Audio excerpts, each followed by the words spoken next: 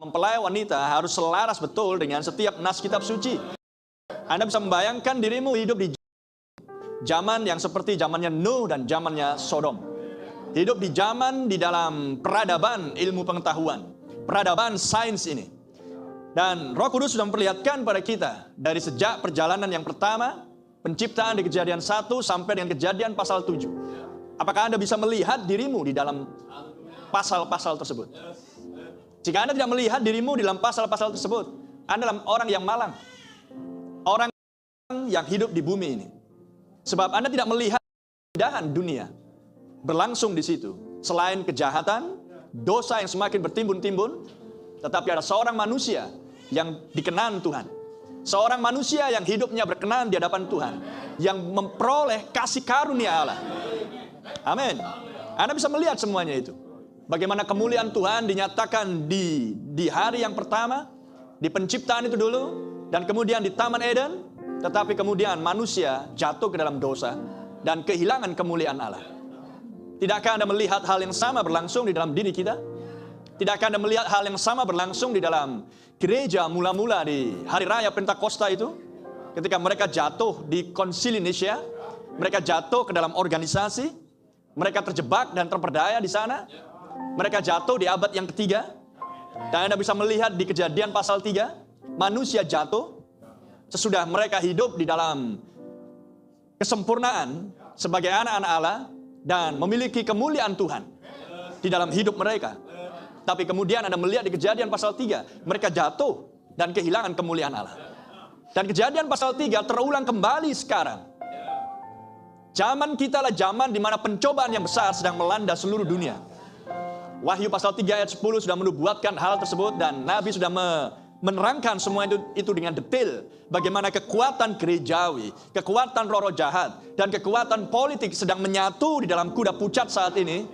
Amin. Dan berusaha untuk memperdaya gerejanya Allah, memperdaya akan anak-anak Allah, seperti yang dulu dilakukan oleh setan melalui ular kepada perempuan di Taman Eden. Amin.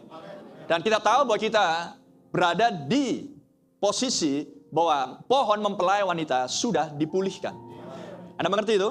Kita berada di posisi di mana pohon mempelai wanita sudah dipulihkan oleh pesan berkumandangnya ketujuh guru. Gereja dikembalikan lagi kepada posisinya yang semula.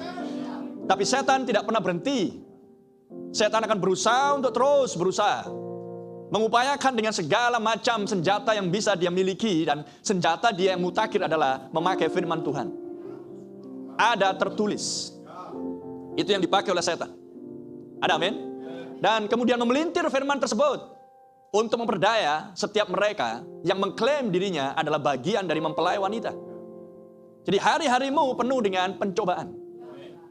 Hari-harimu penuh dengan daya upaya dari si jahat untuk berusaha menjatuhkan Anda. Supaya Anda kembali mengulang lagi sejarah di Taman Eden. Yaitu manusia jatuh ke dalam dosa.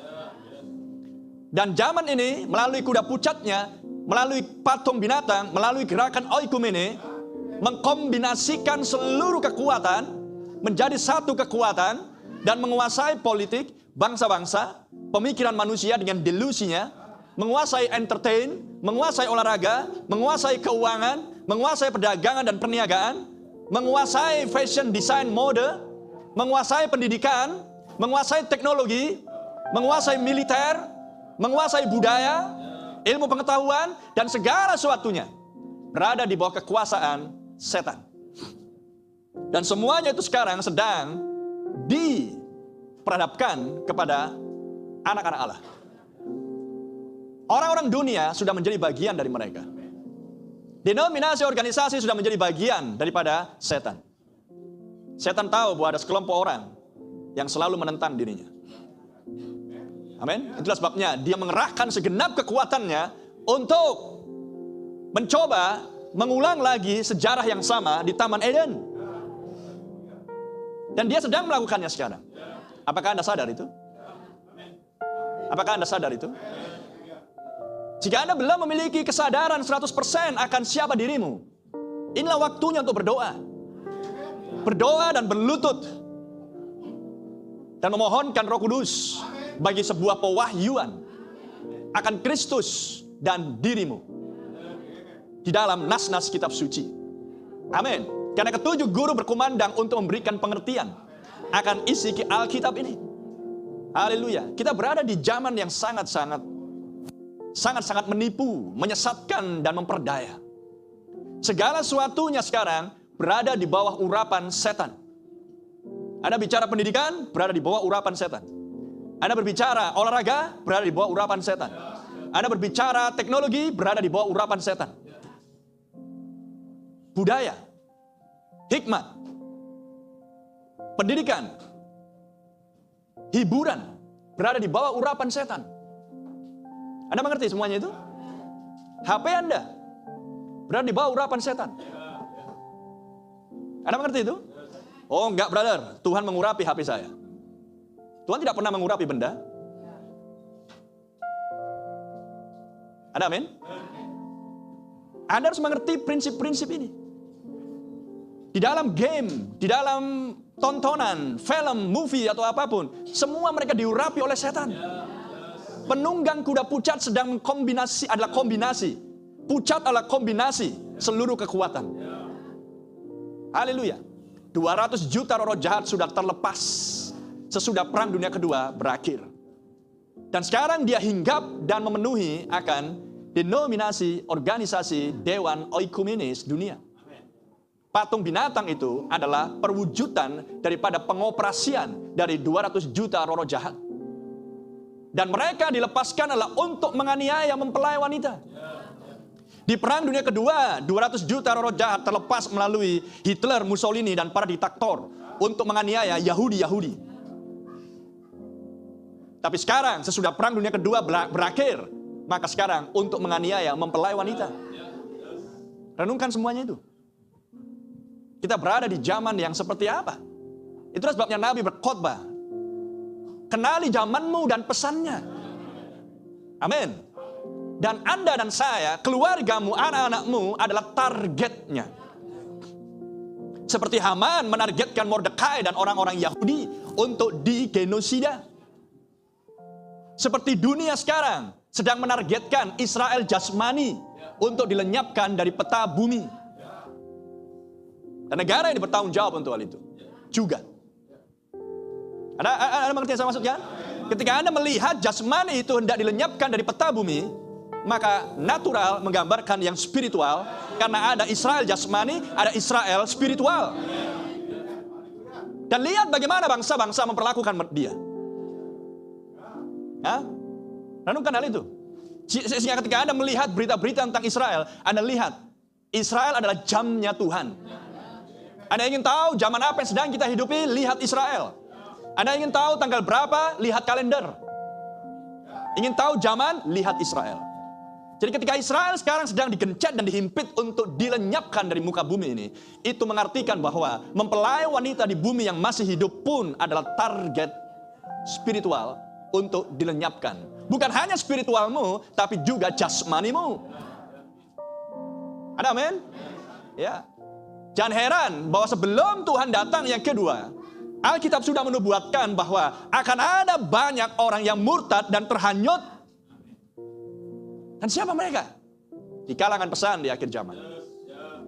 Terlalu jauh kalau mengatakan denominasi organisasi, mereka memang sudah milik daripada tanda binatang tersebut. Mereka sudah join dengan patung binatang. Mereka adalah utusan-utusan neraka.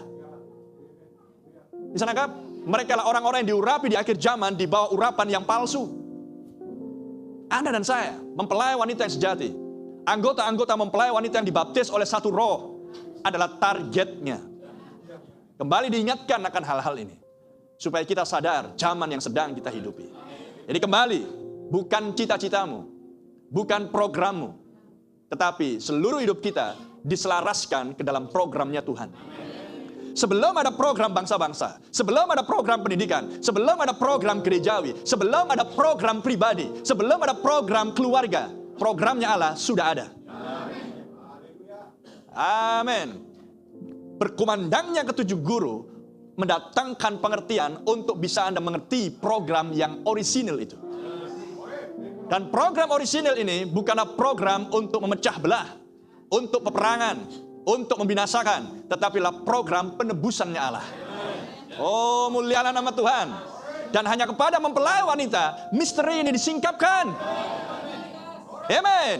Sehingga kita sadar bahwa kita hidup di masa yang seperti apa. Kejadian 1, kejadian 2, kejadian 3 sedang berlangsung secara global saat ini.